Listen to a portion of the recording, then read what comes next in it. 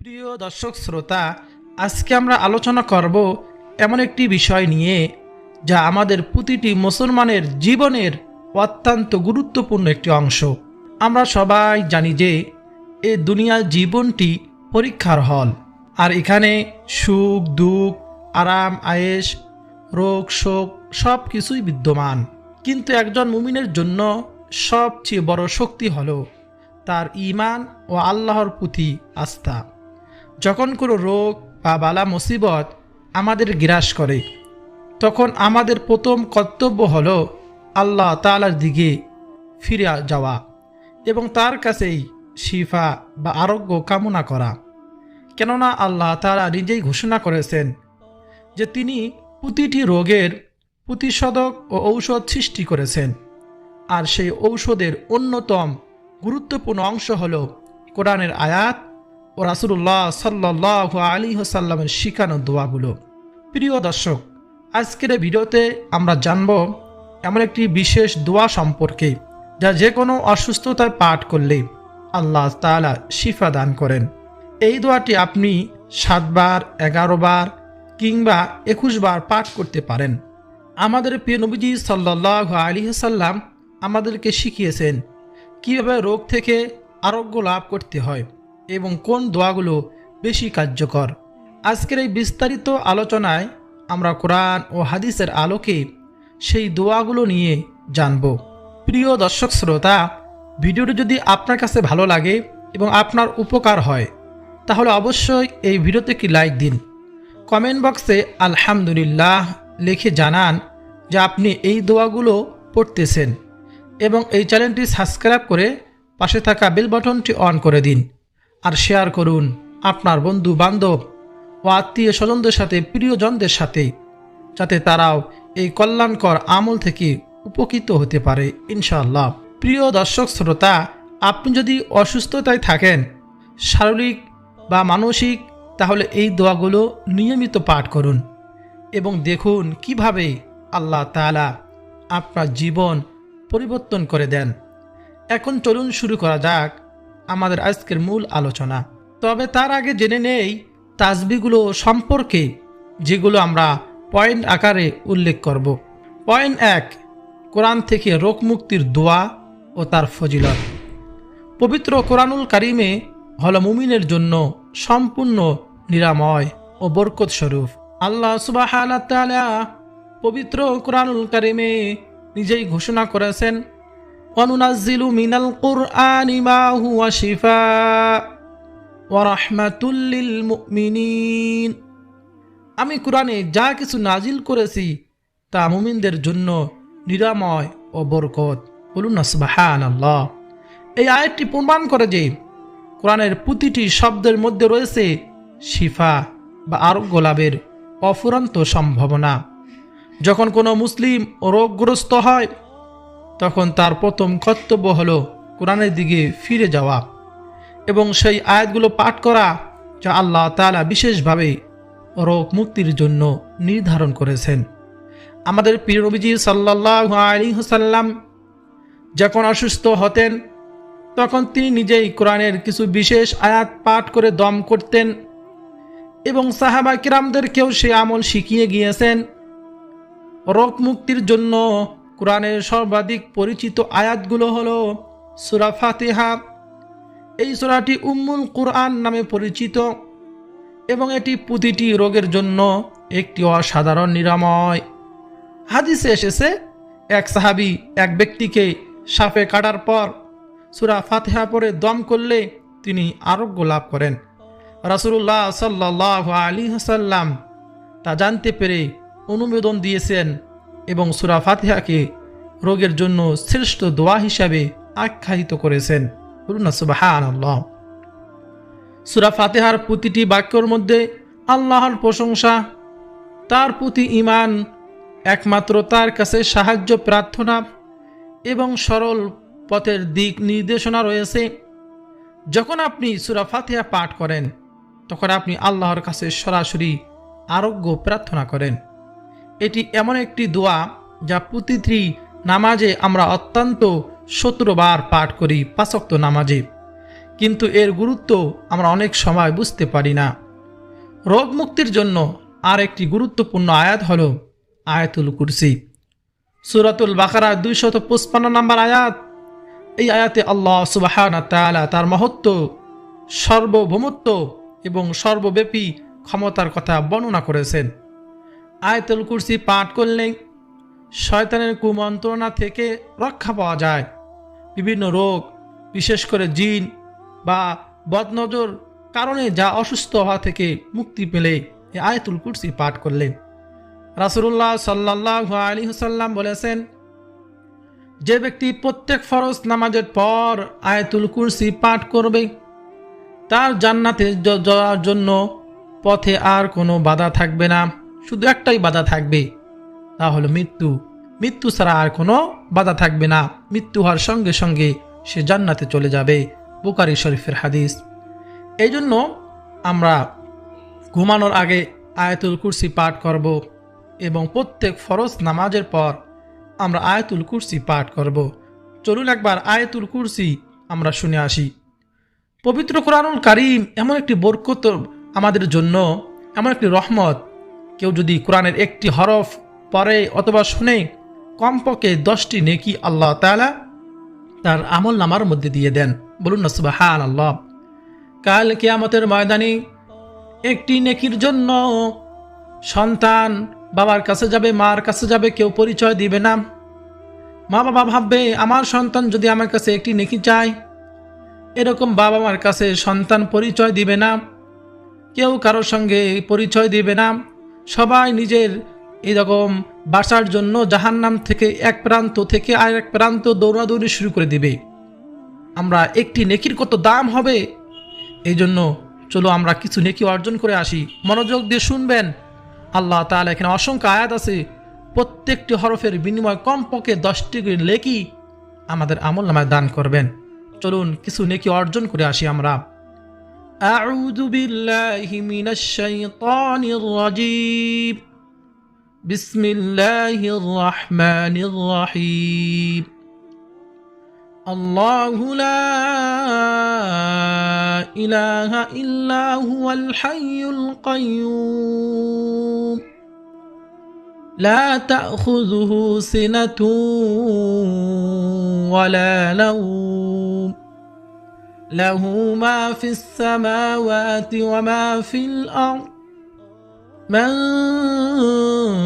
ذا الذي يشفع عنده إلا بإذنه يعلم ما بين أيديهم وما خلفهم ولا يحيطون بشيء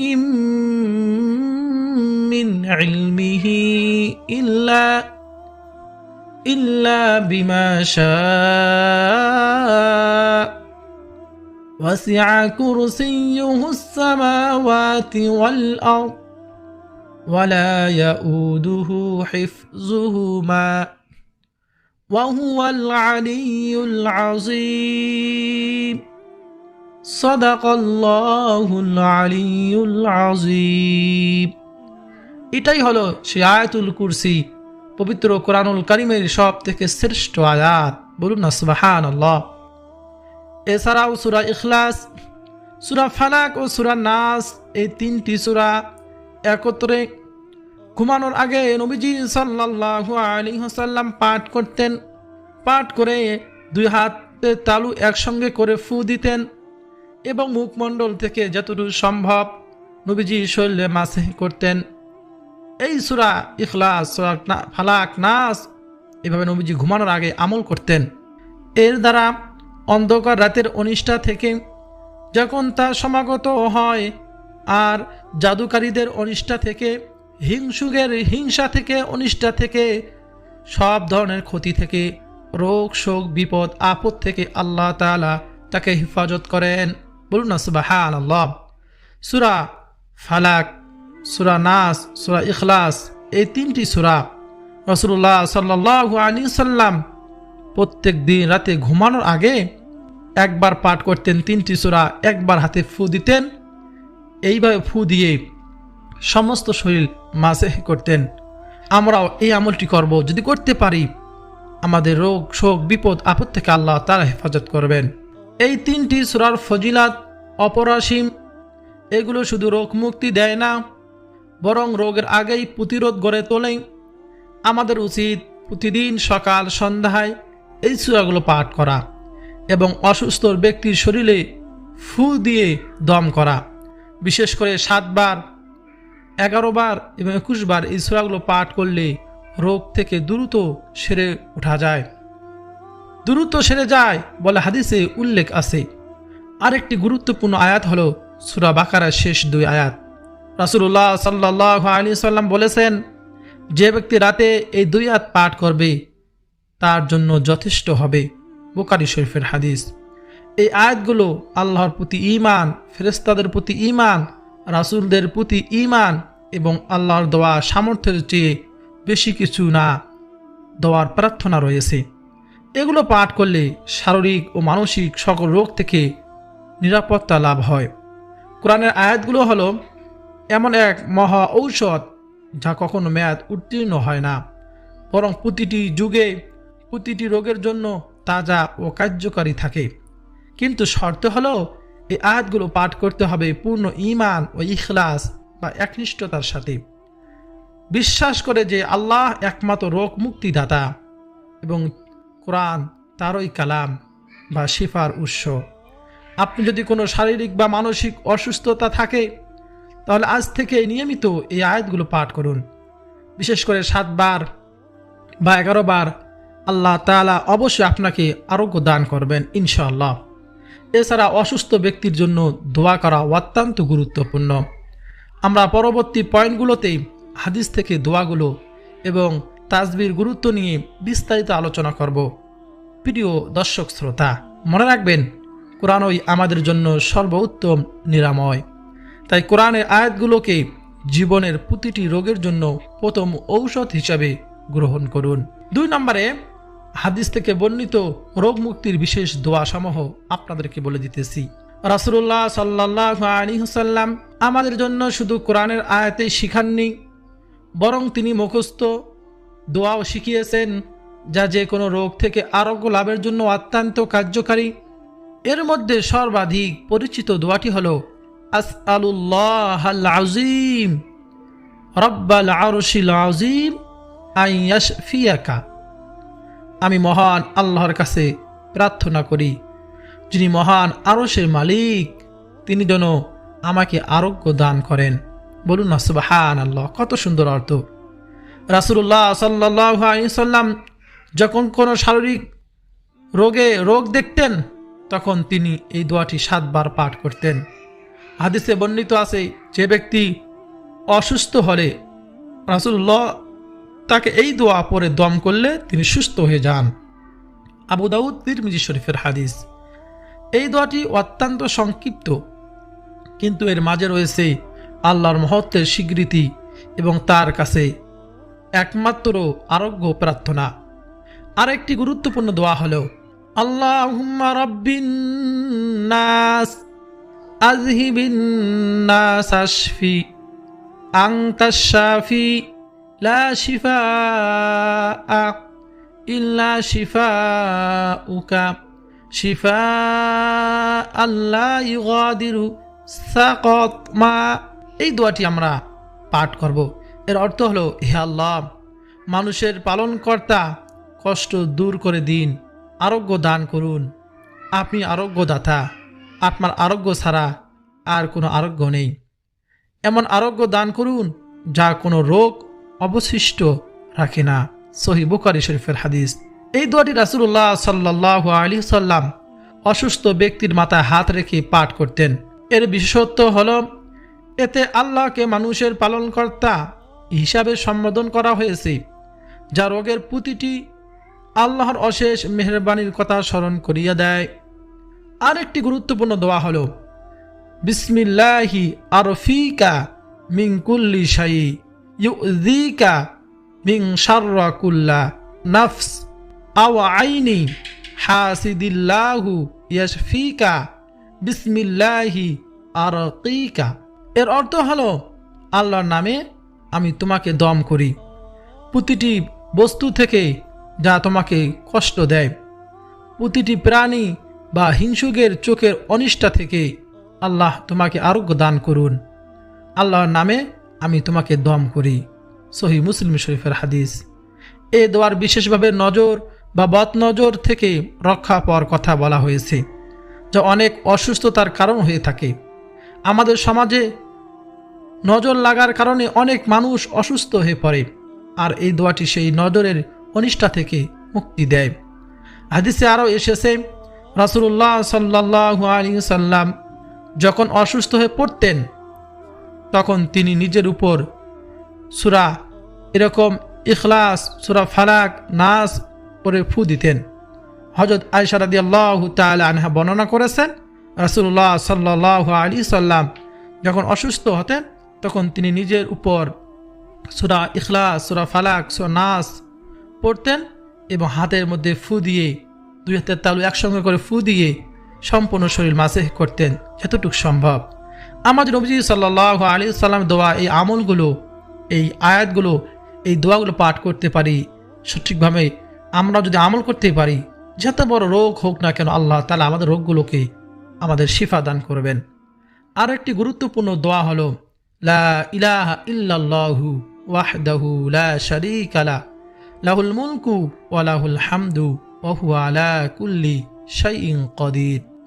এই দোয়াটি সকালে ও সন্ধ্যায় 7 বার পাঠ করলে রোগ থেকে নিরাপত্তা লাভ হয়, এবং যে ব্যক্তি এটি 7 বার পাঠ করবে আল্লাহ তাআলা তাকে 700টি নেকি দিবেন এবং 700টি গুনাহ মাফ করবেন। তিরমিজি শরীফের হাদিস। আমাদের উচিত এই দোয়াগুলো মুখস্থ করা এবং প্রতিদিন নিয়মিত পাঠ করা। বিশেষ করে যখন কোনো পরিবারের সদস্য অসুস্থ হয়ে পড়ে তখন তাকে এই দোয়াগুলো পড়ে দম করা অত্যন্ত সওয়াবের কাজ। মনে রাখবেন, রাসূলুল্লাহ সাল্লাল্লাহু আলাইহি সাল্লামের শিখানো প্রতিটি দোয়াই অমূল্য সম্পদ, যা আমাদের জন্য শিফা ও রহমত। তাই আজ থেকেই এই দোয়াগুলোকে নিজের জীবনের অংশ করে নিন এবং অসুস্থদের উপর পরে দম করুন, ফু দিন। আল্লাহ তাআলা অবশ্যই তার রাসূলের উম্মতকে তার দোয়া বরকতে আরোগ্য দান করবেন। 3 নম্বর পয়েন্টটি হলো রোগ মুক্তির জন্য তাসবিহ ও জিকিরের গুরুত্ব ও ফজিলত। তাসবিহ ও জিকির হলো মুমিনের হৃদয়ের খোরাক এবং আল্লাহর নৈকট্য লাভের সবচেয়ে সহজ পথ।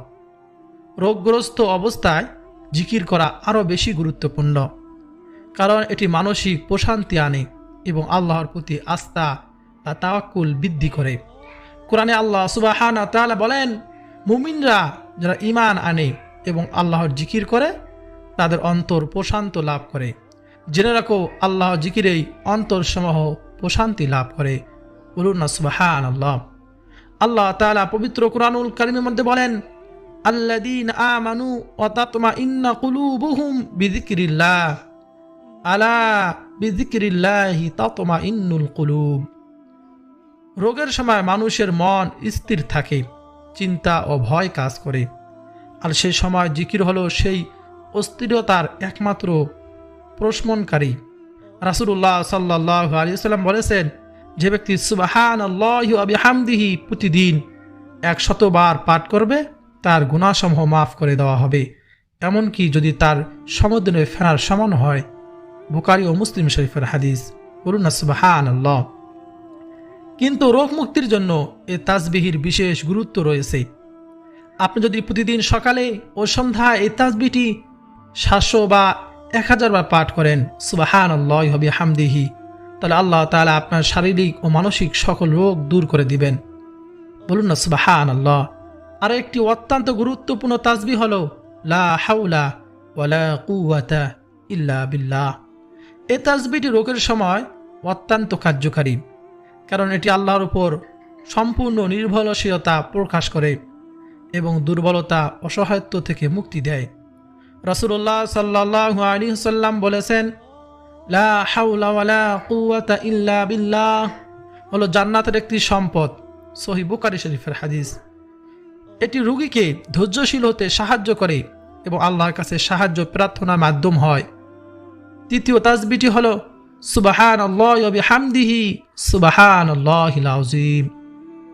সুবহানাল্লাহি ওয়া বিহামদিহি সুবহানাল্লাহিল আযীম। এই তাসবিহটি এতই ফজিলতপূর্ণ যে রাসূলুল্লাহ সাল্লাল্লাহু আলাইহি ওয়াসাল্লাম বলেছেন, এই দুইটি বাক্য মুখে হালকা, মিজানের পাল্লায় ভারী এবং দয়াময় আল্লাহ তাআলার কাছে অত্যন্ত প্রিয়। সুবহানাল্লাহ।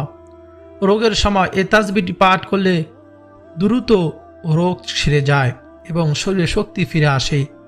সেই চতুর্থ তাসবিহটি হলো আল্লাহুম্মা ইন্নী আসআলুকাল আফিয়া, আল্লাহুম্মা ইন্নী আসআলুকাল আফিয়া।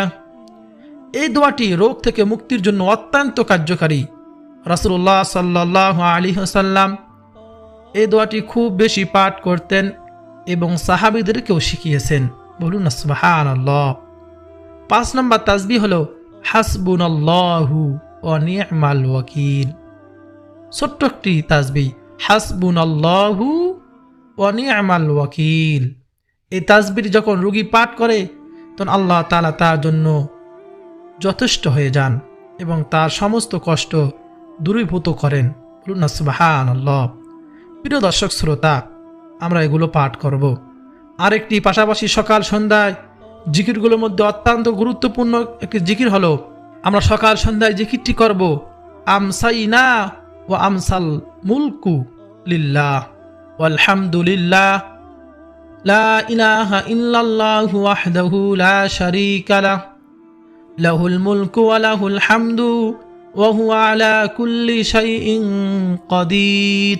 আমসাইনা ওয়া আমসাল মুলকু লিল্লাহ ওয়ালহামদুলিল্লাহ লা ইলাহা ইল্লাল্লাহু ওয়াহদাহু লা শারীকা লাহু লাহুল মুলকু ওয়া লাহুল হামদু ওয়া হুয়া আলা কুল্লি শাইইন কাদির।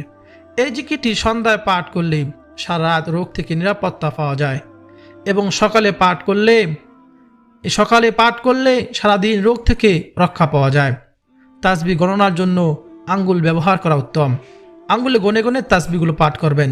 রাসূলুল্লাহ সাল্লাল্লাহু আলাইহি ওয়াসাল্লাম আঙ্গুল দিয়ে তাসবিহ গণনা করতেন এবং বলেছেন, আঙ্গুলগুলো তোমাদের সম্পর্কে জিজ্ঞাসিত হবে এবং তার কথা বলবে। তাসবিহ সংখ্যা কমপক্ষে 33 বার করে এরকম 99 বার 100 বার করা উত্তম। কিন্তু রোগ মুক্তির জন্য নিয়মিত 700 বার থেকে 1000 বার তাসবিহ করলে আল্লাহ তাআলা শিফা দান করেন। আপনি চাইলে 7 বার, 11 বার, 21 বার যে কোনো তাসবিহ পাঠ করতে পারেন। হাদিসে এসেছে রাসূলুল্লাহ সাল্লাল্লাহু আলাইহি ওয়াসাল্লাম কিছু দোয়া 7 বার পাঠ করতেন, কিছু দোয়া 21 বার, এভাবে রাসূলুল্লাহ সাল্লাল্লাহু আলাইহি ওয়াসাল্লাম পাঠ করতেন। রাসূলুল্লাহ সাল্লাল্লাহু আলাইহি ওয়াসাল্লাম কিছু দোয়া 7 বার পাঠ করতেন। তাই আজ থেকে নিয়মিত তাসবিহ পাঠ করবেন ইনশাআল্লাহ। রোগ মুক্তির জন্য আল্লাহ তাআলার কাছে প্রার্থনা করবেন। ইনশাআল্লাহ আপনি রোগ থেকে আরোগ্য লাভ করবেন ইনশাআল্লাহ। আল্লাহ তো আমাদেরকে শিফা দান করতে পারেন। আল্লাহর উপর তাওয়াক্কুল রেখে আমরা এই তাসবিহগুলো পাঠ করব, এই দোয়াগুলো পাঠ করব। বিশেষ করে প্রত্যেক দিন ঘুমানোর আগে আমার 2 হাতের তালু একসঙ্গে করে সূরা ফালাক, সূরা নাস, ইখলাস পড়ে ফু দিয়ে আমার মাথা থেকে মুখ থেকে যতটুকু সম্ভব শরীর মাসেহ করব প্রত্যেক দিন। নবীজি এইভাবে করতেন। অনেক রোগ থেকে আমরা এখান থেকে মুক্তি পাবো। প্রত্যেক ফরজ নামাজের পর আয়াতুল কুরসি পাঠ করব, নবীজি দোয়া শেখানো দোয়াগুলো পাঠ করব এবং ঘুমানোর আগে 33 বার সুবহানাল্লাহ, 33 বার আলহামদুলিল্লাহ, 34 বার আল্লাহু আকবার পাঠ করব এবং ঘুমানোর আগে সূরা বাকারা শেষ 2 আয়াত আমরা পাঠ করব ইনশাআল্লাহ। আল্লাহ তাআলা আমাদের সবাইকে রোগ থেকে শিফা দান করুন। আমাদের প্রত্যেকেই আপনাকে রাজি খুশি করার জন্য রাসূলুল্লাহ সাল্লাল্লাহু আলাইহি ওয়াসাল্লাম সুন্নত অনুযায়ী জীবন পরিচালনা করার তৌফিক দান করুন। সকলে বলি আমিন। প্রিয় দর্শক শ্রোতা, ভিডিও যদি আপনার কাছে ভালো লাগে, আপনার উপকারে আসে, অবশ্যই এই ভিডিওটাকে লাইক দিবেন এবং কমেন্ট বক্সের মধ্যে আলহামদুলিল্লাহ লেখার মাধ্যমে আপনার সম্মতি ও কৃতজ্ঞতা প্রকাশ করবেন এবং আমাদের এই প্রচেষ্টাকে, ইসলাম প্রচারের প্রচেষ্টাকে উৎসাহিত করবেন ইনশাআল্লাহ। আর চ্যানেলটি সাবস্ক্রাইব করে পাশে থাকা বেল বাটনটি অন করে রাখবেন।